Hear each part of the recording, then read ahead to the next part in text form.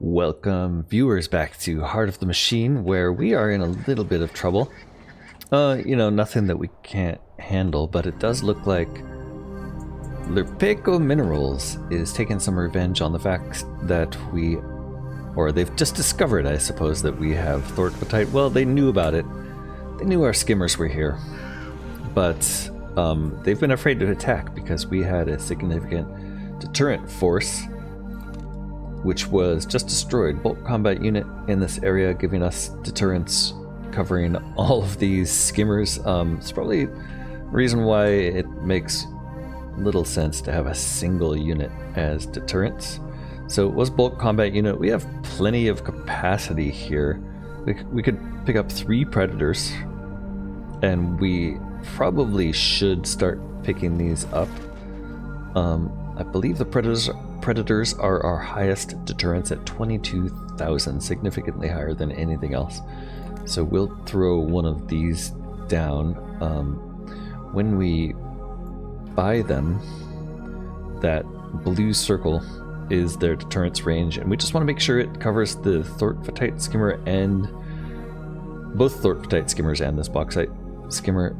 So we could put these guys pretty much everywhere. And it kind of makes sense to bias them toward our main base, I think. So I'll put one here. Or here. Yeah, that looks good to me. Don't want them to get killed by everything, but if we put...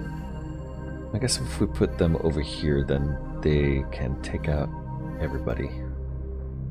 Sorry, that's too far away from where we can put them, I see. Android launcher here, so we really need the troop ship closer.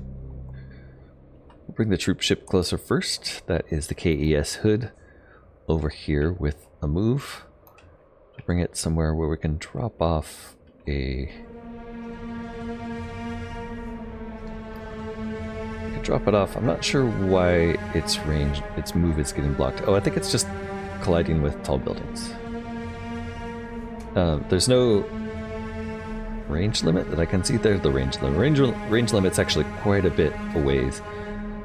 If we drop troop ship here, it should be safe. Don't see anything under it except for some ruins. And now I should be able to make bulk predators anywhere over here without restriction. And I wanted to put you about where you can shoot everybody there, so that's about on top of this building, I think. There we go. Immediately 2 of them turn towards you and fire. That bulk predator is going to take some damage but not be killed.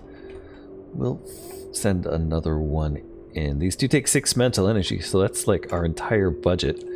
I think that predator, yeah, is now has enough deterrence on the skimmers that we're not going to have an issue with another attack occurring next turn, but we do have to take all of these out, and there's 8 enemy attacks planned here. They're still destroying one of the thortvatite skimmers. We do have damage on a few structures already, so it's going to take us a little bit of effort to recover here. Over on this side, we do have a Hellfire. That guy could head over there and do some damage for us. Although it's really hard to move these guys, it seems like. It's hard to find a place where they can move, and it looks like they're just going to destroy buildings as they trundle down the street. So you have to kind of like carefully move them down the lanes so as not to knock the big buildings over. Plus, if they get over in this area, they're going to get attacked by this. So Hellfire maybe not the right solution. Instead, we do have a couple predators. Fresh after destroying some citizen advocates, who, by the way, gave us the gear was worth it achievement, which also gave us the super suit. Super suit powered body armor used by the citizen advocate, explaining why they were such bullet sponges. It provides them with superhuman reflexes, and it allows your units to be even more formidable. We'll have to check that out. We also now have access to shoulder-mounted lasers and a whole bunch of other things, including a mag rail. SG-50 mag rail, powerful railgun for vehicles and mechs. So our vehicles are about to get a lot more interesting. In fact, we do have one piece of missing equipment here to go assign, and it's because the Hellfire is still only using standard weapons and has the ability now to use an SG-50 mag rail, increasing its attack power by 240 and giving it heavy armor piercing. That actually makes it attractive to send up toward those evil things on the north side of the map. It does make it cost an extra mental energy per attack. We also got the Electro Rail, which gives us 50 shock drone, which is a drone quality based attack. Interesting. Drone quality, so that might actually be, shock drones might be good for something that we can bring the drone quality up really high. I don't know if we have drone quality on the Hellfire.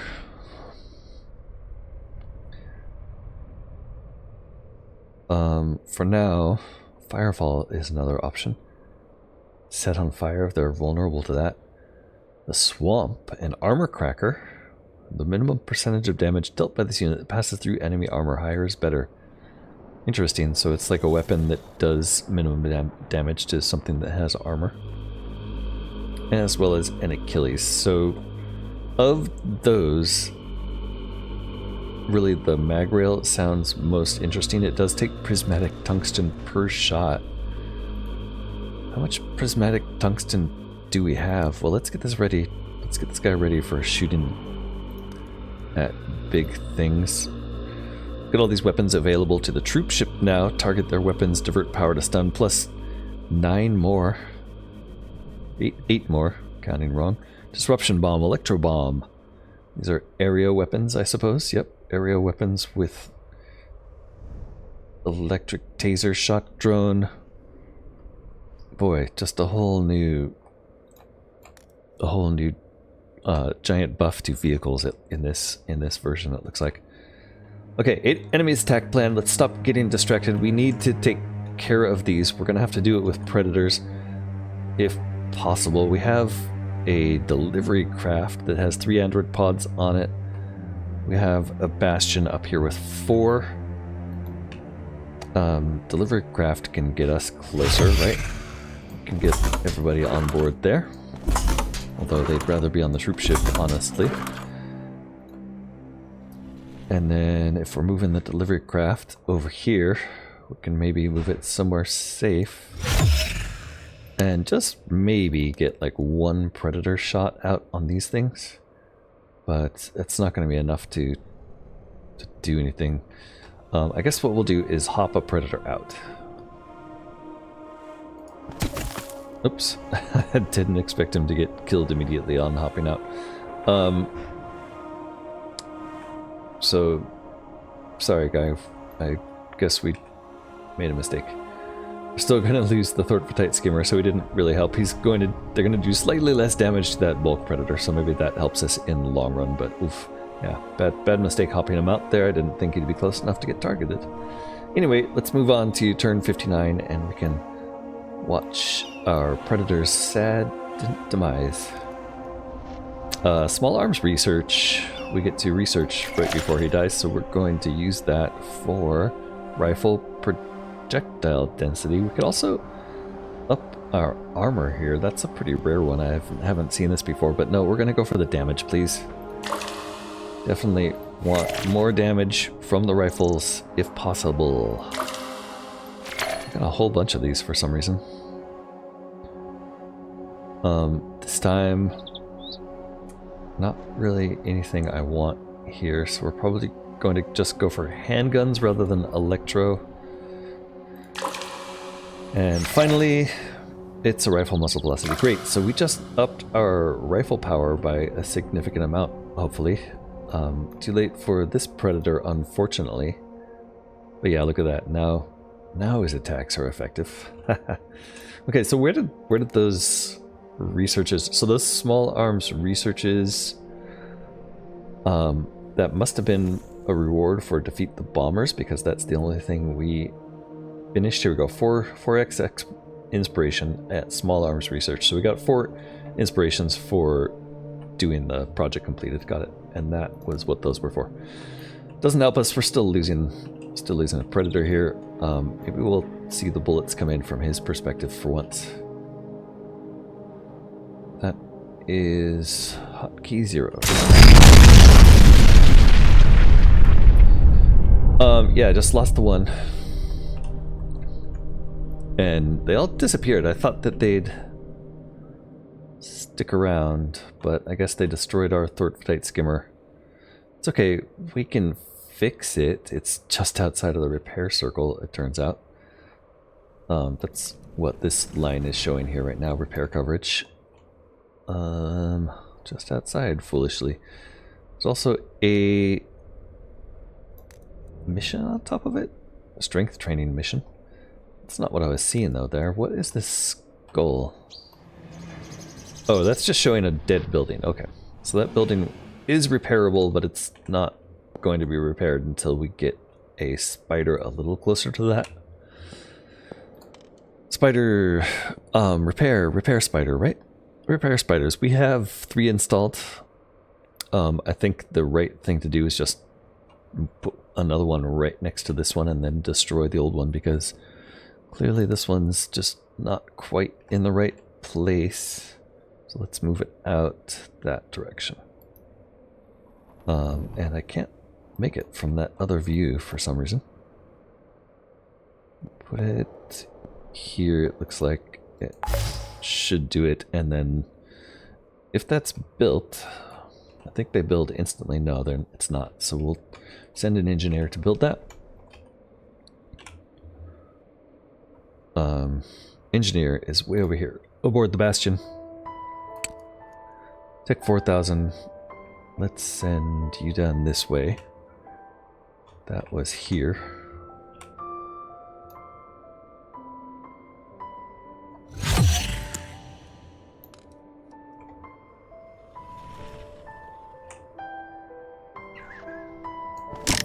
Wow, it takes a few turns to make these. There we go, and we'll give you 1 more mental energy to finish that this turn, and then this one back here we can eliminate. There we go.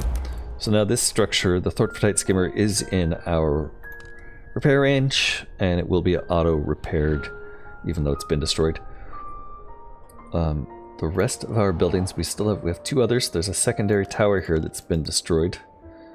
It's just out of repair range.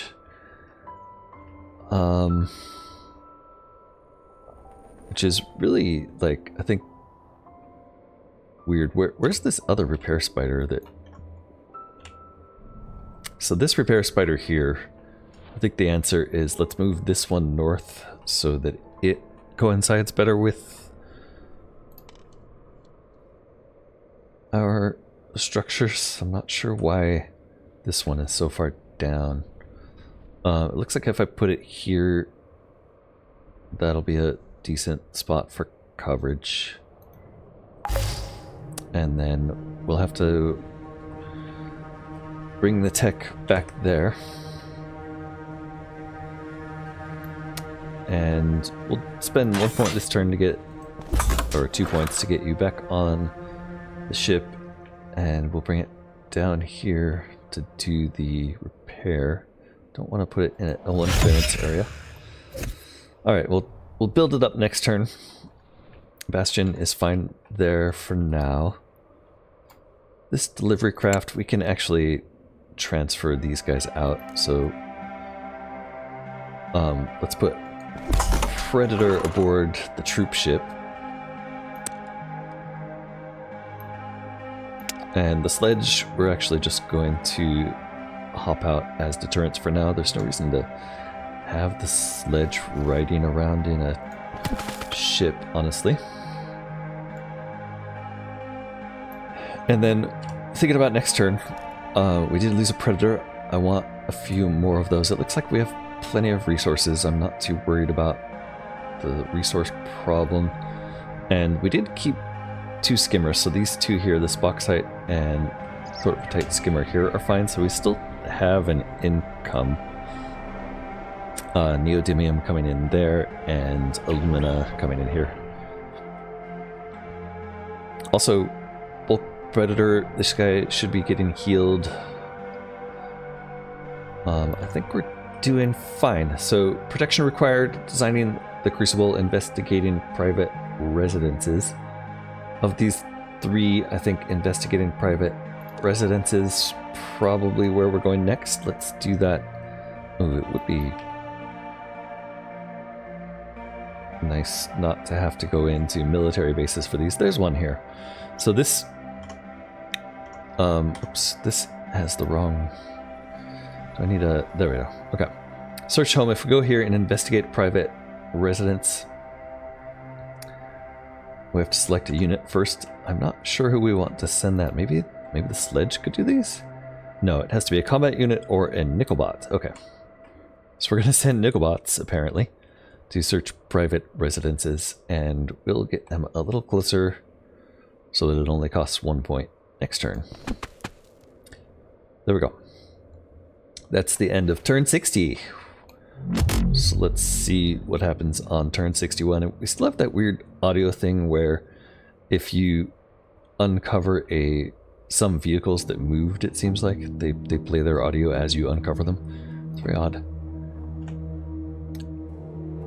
Alright, turn 60. I don't think anything else is happening this turn to worry about. These guys are still up here rampaging. It would be nice to be able to take care of them, but that seems quite a ways off.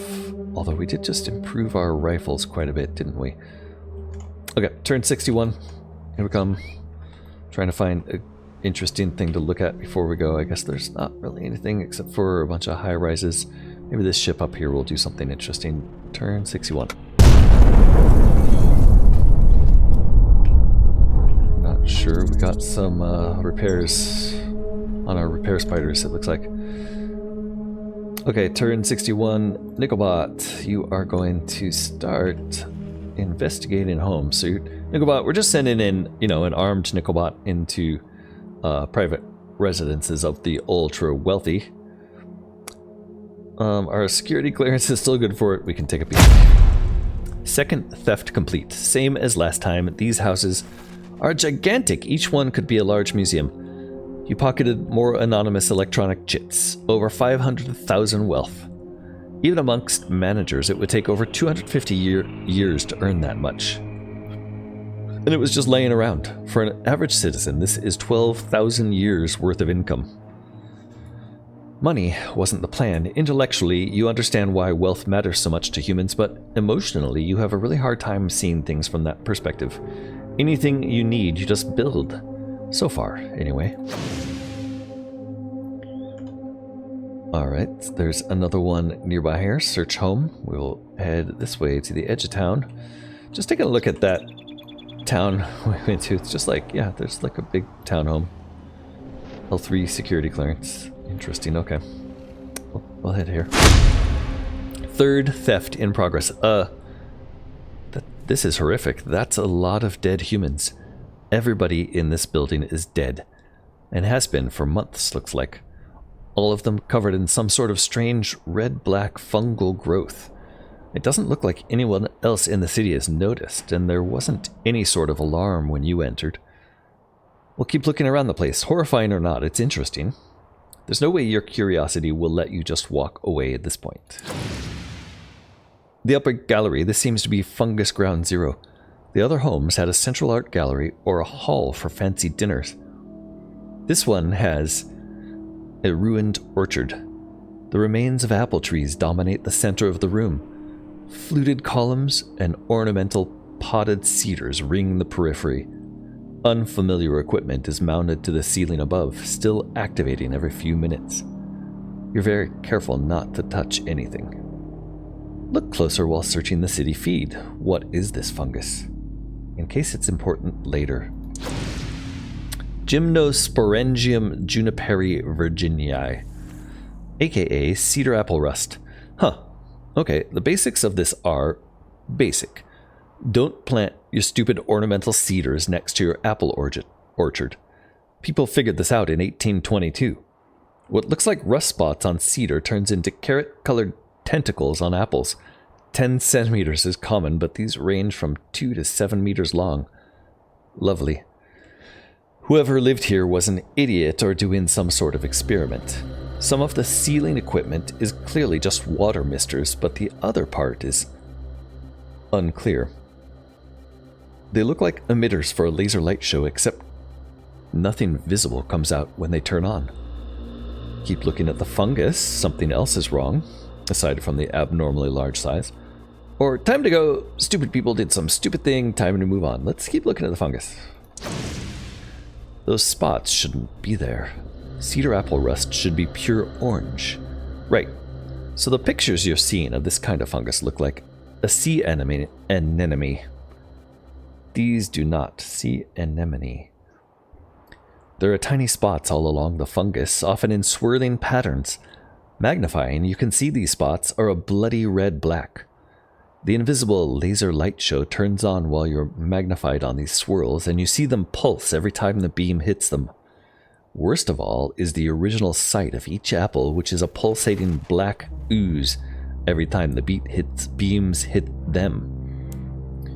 We can examine the not lasers, knowing what they are might matter. It's not a laser light show.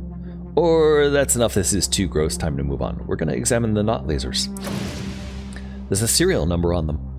Searching that city feed, the specs popped right up. Industrial grade electron accelerators, 1.2 mega electron volt strength.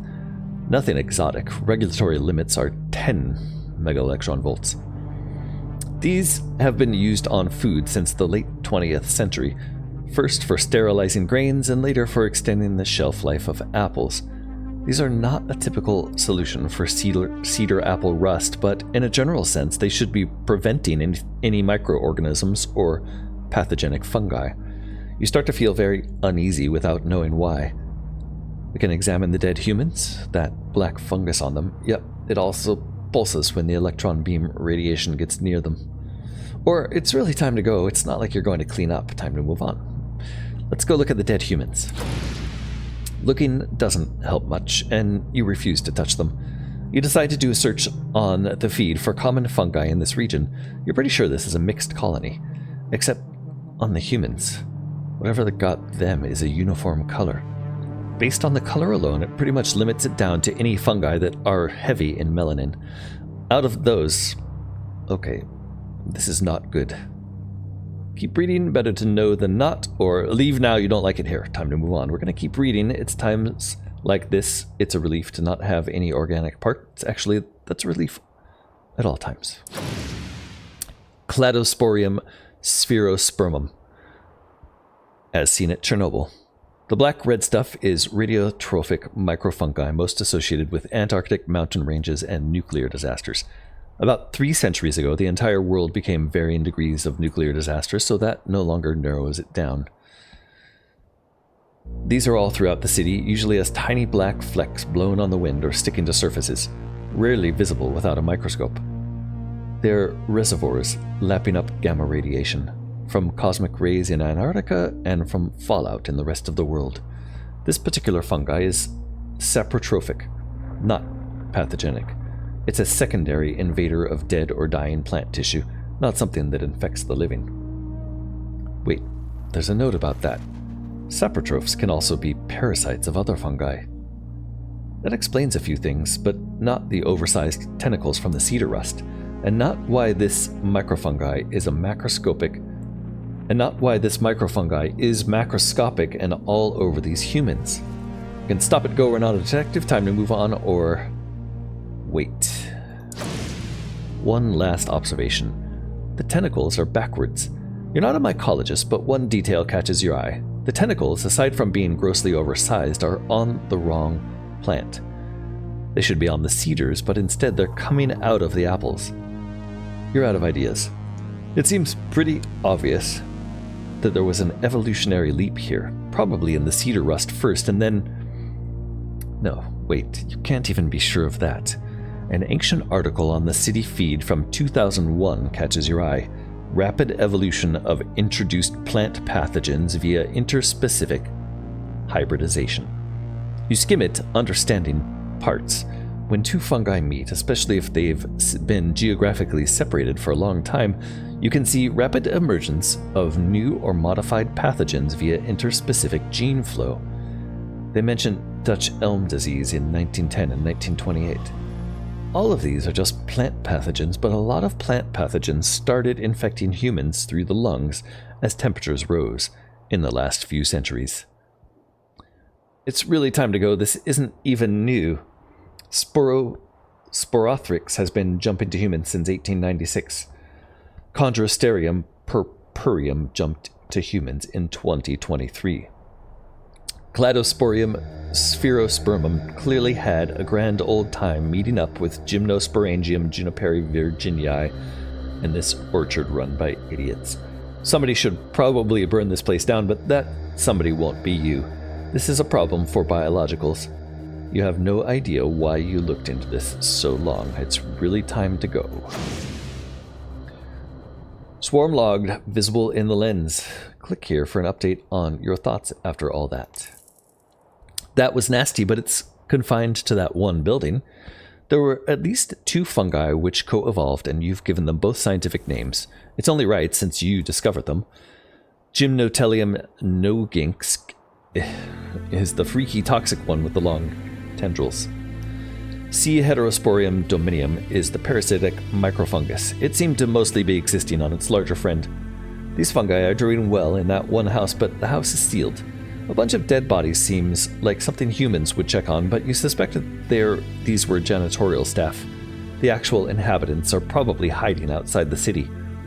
All the same, you've modified the security system on that house so that you'll get an alert if someone tries to enter. Swarm lens on the radio wheel, tracking diseases and group migrations. We can now keep an eye on swarms, which can include infections, large groups of animals or humans, and sometimes other things. A lot of the time, there may not be much to see. You only track things that have caught your attention. So we can now track swarms, which we've seen before. Alright, and interesting, this swarm appears as like a tentacle. And that's the only one. Right? Yes, so we can now track swarms. We do have one known swarm. It's some kind of tentacle fungus contained. Gymnotellium Noginsk is an aggressive mutation from Gymnosporangium juniperi virginii. It forms in-carrot-colored tentacles that are 2 to 7 meters long. Quite big. It does not spread easily, and at the moment it is confined to this one building. It contains a number of highly toxic substances. Very interesting. We have one more private residence to investigate, and that last one was quite a doozy. The last one is within range, so we're going to search it.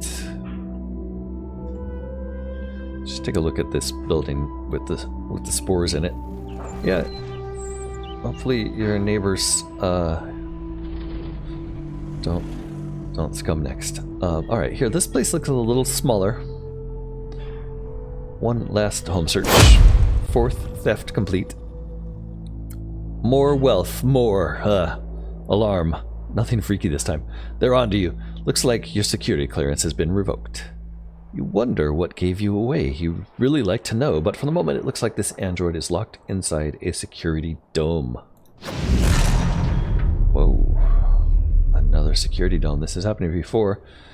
Nickelbot is in trouble. There are hardened combat units from OERL integrated, as well as Forcible Enforcement, small squad of 7.